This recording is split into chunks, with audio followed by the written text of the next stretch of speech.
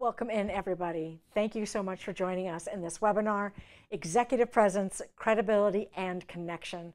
My name is Gerri Brehm. I'll be hosting this 30-minute session around executive presence. It is a little bit of theory versus practice, which when it comes to executive presence or any kind of presentation skills, it's a little bit something missing there, but we would like to give you some thoughts around how do you build and maintain your credibility and how do you make sure you're making those connections. The idea of executive presence has really been at the forefront of a lot of things I've been reading lately, mainly because I love this topic. It's something that I love to teach and love to continue to work on myself. The reason why I've noticed it is it's actually being woven into or integrated into conversations around bias and diversity. And I have run into that myself with my clients. I was recently speaking to someone who would identify as part of the global majority and yet a minority within their organization. And from their perspective, it just feels a bit of like a dog whistle of, I think they're just trying to remind me I don't fit in. They say executive presence, but they can't give me a specific of what I need to do more of or less of. And it really just feels like, oh, I don't look like you, or I don't sound like you. So we want to talk about the shift that has happened in the world of executive presence. Let's go ahead and jump in. What was executive presence? For years, there was basically a formula that you could think about when it came to somebody showing up and having the appropriate level of executive presence. And those things still apply today. They're just being defined or articulated a little bit differently. And the first one is the sense of gravitas. And so when we think of gravitas, old school executive presence really was that sense of, yes, they needed emotional intelligence, but they also came across with a little bit of blue chip pedigree. They came from the right schools, or they've been at the right businesses, and whoever's speaking looks like whoever they're speaking to. So this sense of, I've got the bona fides, if you will, to show up and do this work. Communication traits were definitely important, obviously, and that tended to be around the command of the room. There was a sense of forcefulness of, I've got this, I'm going to keep the train on track, and I will control the messaging. I will control things as we move to our conclusion. And sprinkled in there was banter, the ability to throw in a few jokes as needed. The last piece was appearance. So these were the top three, and the appearance piece really was that idea of you're dressing for the next job, right? It was that leveling up, if you will. And I know in the facilitation world, there used to be this formula of try to dress a half step better than the best dressed person in the room, which we never knew what that was. So this idea of coming up with a style of dress that looked professional and just slightly leveled up. The other piece to that, though, was normative physical attractiveness. So this idea that literally, if you were taller than average, you automatically got check the box. They seemed to have executive presence. People who were physically fit, people who were whatever the norms of for physical attractiveness, they tended to fall within that bucket or on that spectrum. And so this could, if you're not part of the majority that's in the room, are your physical traits even considered attractive? Are they somehow holding you back? Is there something about how you show up and your physical abilities, which have nothing to do with your competence or ability to do the job or share a message, somehow a barrier to being heard and understood? So for the last few years, there's been some looking into, well, how has this shifted over time? Because we do have different expectations in the work world. So if we're talking to executives, we're now finding that there is a new version of that gravitas, communication, and appearance. And the gravitas piece now is about inclusiveness. Are you making sure people are in with you in that meeting? That you set them up for success before they come into the room. You respect them. You demonstrate that respect in terms of how you listen to them and reach out to them and ask questions. That idea of really building off the collective genius in that space. The communication piece is authenticity. And I just heard something recently, and I love this. It was the idea of authenticity with context. So that idea of, and I've had people push back on me, I need to be authentic. Ultimately, their colleagues are all calling them authentic jerks, but they want to be authentic. And what I would say when it comes to executive presence is, let's just say you got invited to two weddings in 1 week. The first one was on the beach, and they told you, hey, we're wearing sandals, flip-flops, and shorts. So you'd show up to that wedding dressed appropriately, I'm guessing, for a beach wedding. The very next wedding is going to be in a more formal, old school, traditional house of worship. And whether it's a synagogue or a mosque or a church, cathedral, you would probably be dressing a little bit different for that wedding. You're probably not going to show up in flip-flops and shorts if you're there to show respect. So it's this idea of what's the new normal for your dress code, and are you showing up in a way that demonstrates an understanding of that? The unspoken codes of this is what formal looks like for us, this is what informal or business casual looks like for us. We're going to dive into that a little bit deeper in a moment, but I just want to call these three things out because, as you can see, it really is more about not just somebody standing in front saying, I've got a really well-organized message. That's important, but it's, I've got this organized message, and I'm here to make sure you understand it, and I want to make sure we're connecting on what that message is. All of what I'm talking about here leads into what we call our credibility dimensions. So I'm going to go ahead and put this on a larger screen, and I want to share with you the 5 credibility dimensions. And these exist, and I'm going to run through them. They exist for anything. So presentation skills, a meeting, how you're showing up in one-on-ones. I'm going to run it through the lens of executive presence. So this idea of competence. We need to be competent. Well, specifically for executive presence, what we know from leadership is they want people to be concise, direct, and have a well-organized message. By the time you're getting in a room with senior leadership, they want to know that you've done your homework. They just need to hear that executive summary. The next one is professionalism. So there's a whole bunch of stuff that can fall into professionalism. One of the key things for executive presence is, do you have a sense of composure? If things get heated, if people come in hot to the conversation, are you able to really help people feel heard and bring the temperature back down, or elevate it if we need to get people excited about the topic? You're really aware of what does this room need, and I'm going to be professional about how I either push back or respond to pushback. Professional dress falls in there as well, so that's part of that appearance thing, and we'll talk about that in a little bit.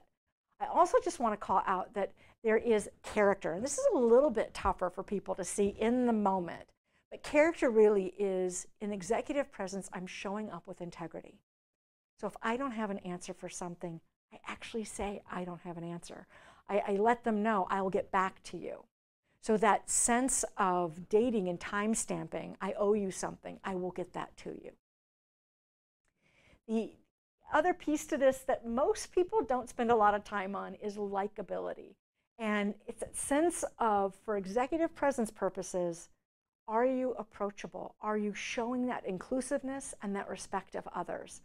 Are you smiling at people? Are you making sure that they feel like they belong in that room?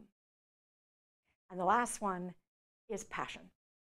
And this one is the idea that we are really clear on why we're in that room and the message that we need to share, the purpose of that message. We know what needs to be shared, so it goes back to a clear message from competence, but we're doing it with excitement. We believe in it. We want them to understand this information. We want them to believe in this pitch. It all has to be framed around that sense of I care. If I don't care, why should my audience? So we've got these credibility dimensions, and what I'm going to do is actually put this on full screen, and we're going to have you actually do a little bit of a poll. So if you want to throw into chat, or you can answer the poll with which one of these is your top credibility dimension, meaning I've got that in my back pocket.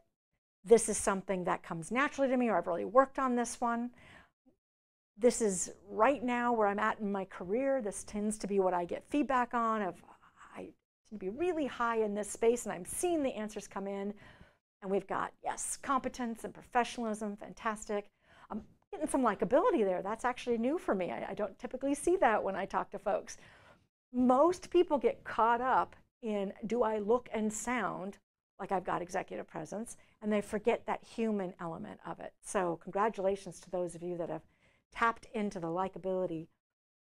What I'm not seeing here is any passion. That one didn't get any love, ironically. So that's not surprising. That idea of what's that level of interest I show in it, and how do I show up and let people know I care about this? What does that look and sound like? The next, I'm going to close that poll, and the next poll I want you to respond to is, which one for you needs the most work?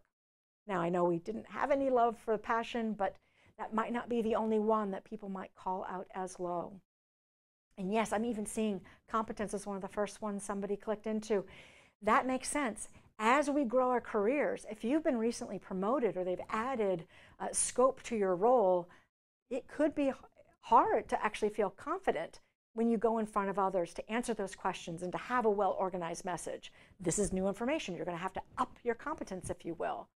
Maybe there's a lot of emotions going on in your organization, and so you're walking into a room where people might have a lot of feelings about whatever your messaging is.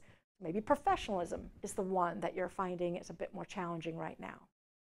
And as we said, we definitely saw some passion needing a little bit of focus and energy as people move forward. As we think about all of these things, getting all of these in some kind of balance, what we're really doing is we are finding ways to be our best self, right? So it's not just my authentic self, it's my best self, and the self that helps others feel like they belong in the space. We're really calling this that authenticity piece, and I will say, as I realize who I am, I can see you for who you are. I love that statement, and it reminded me of years ago.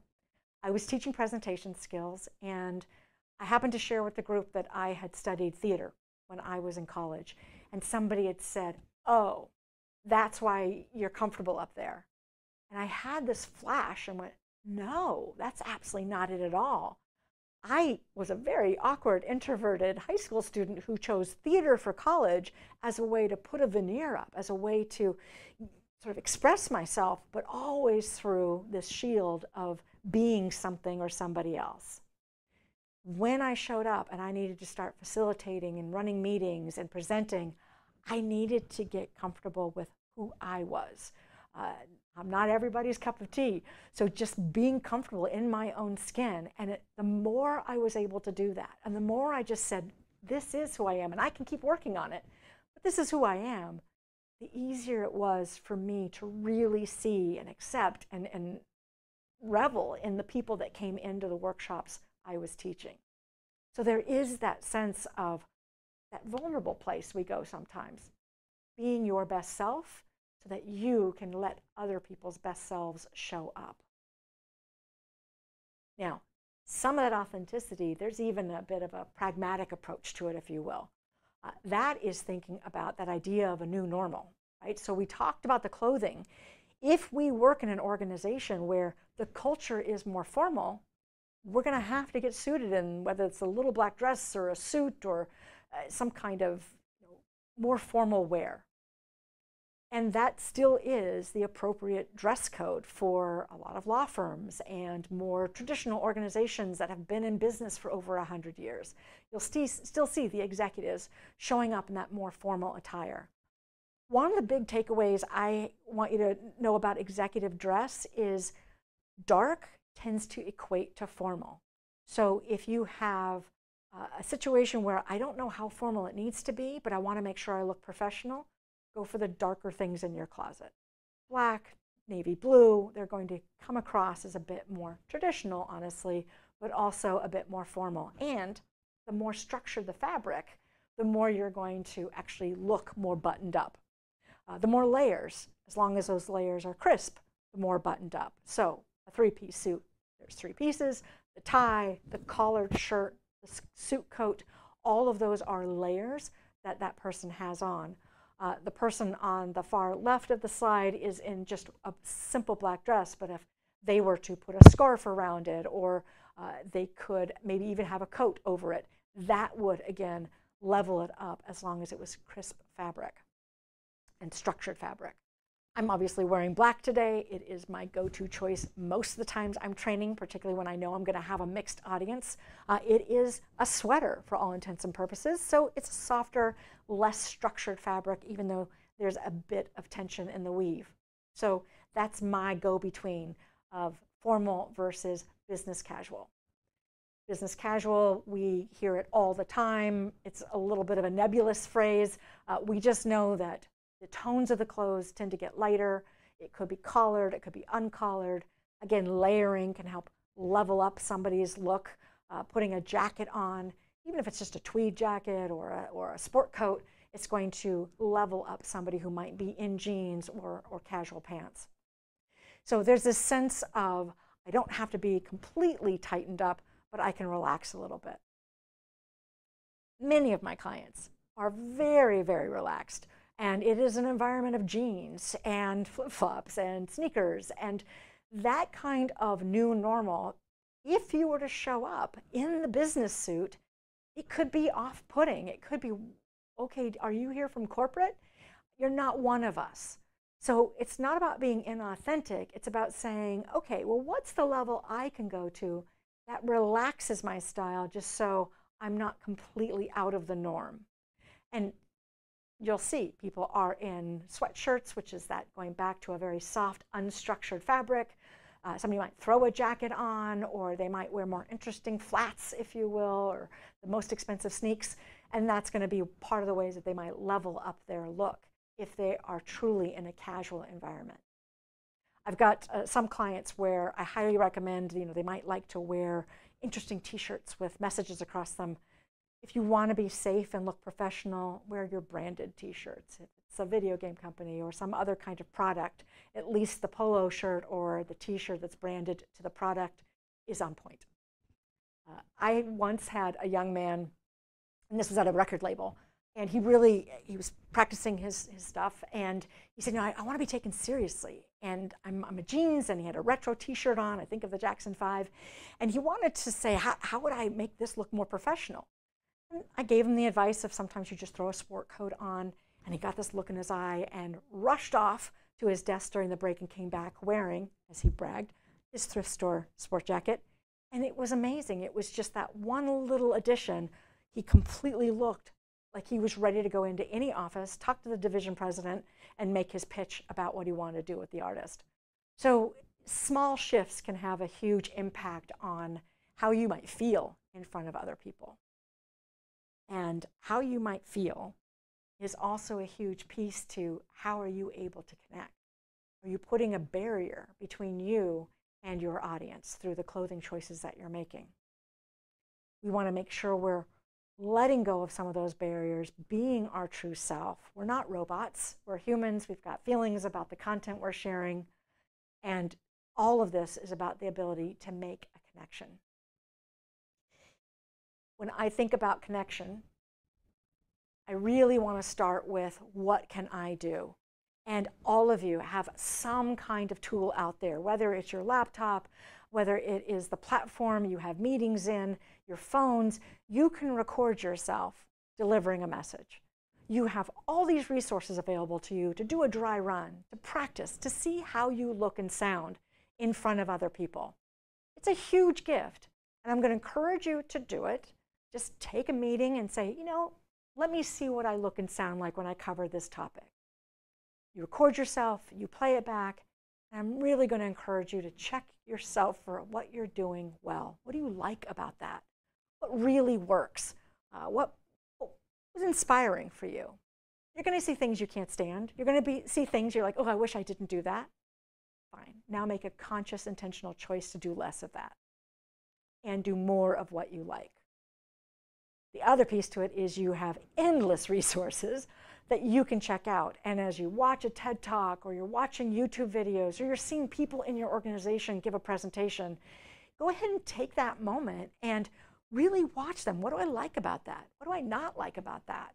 Is that something I can repeat? Those behaviors aren't copywritten. So You can try something new. Oh, it looks like they're standing in this way and that seems comfortable for them. Or I noticed they really do extended eye contact and they've got 300 people in the audience. That's interesting. So paying attention to the little behaviors that you can then put into practice. And as you do it, you may find that some fit and you go, yeah, I want to keep that. And some, after a few tries, like, yeah, no, that's not natural. And you let it go. You're going to be finding your own natural style. And the last piece to that is getting feedback. So you're going to turn to people you trust and say, in this upcoming meeting, I'm going to be trying to extend my eye contact, or I really am working on being more conversational and less presenty. And ask for the feedback afterwards on that topic, because now they're primed to look for something and it's easier for them to give you feedback afterwards. And none of us are going to get better if we don't know how we're doing. So give yourself feedback by watching recordings, check out what you like from other people, ask for specific feedback from people you trust. With that, I just want to remind you that there's so much more we can do on this topic, but we only have 30 minutes. So if this is something of interest and you're thinking, I wish my department or my division or my company did something like this, we have those kinds of resources available to you. There's workshops that can be done in person, sometimes even virtually on these topics. Executive presence is a more robust version of this, where people get on their feet and try things. Delivering your message with impact is a version of a basic foundational presentation skills. So really helps people understand the core things that they can put into practice to build confidence and lower their nerves, and even put a message together. And to that, we even have a workshop just on creating credible presentations. How do you create a message that's clear and succinct and focused? So those are resources that are available to you. And when you've received this email from me with this video, you can tap into that and check us out and ask for more details. I'm happy to make time to chat.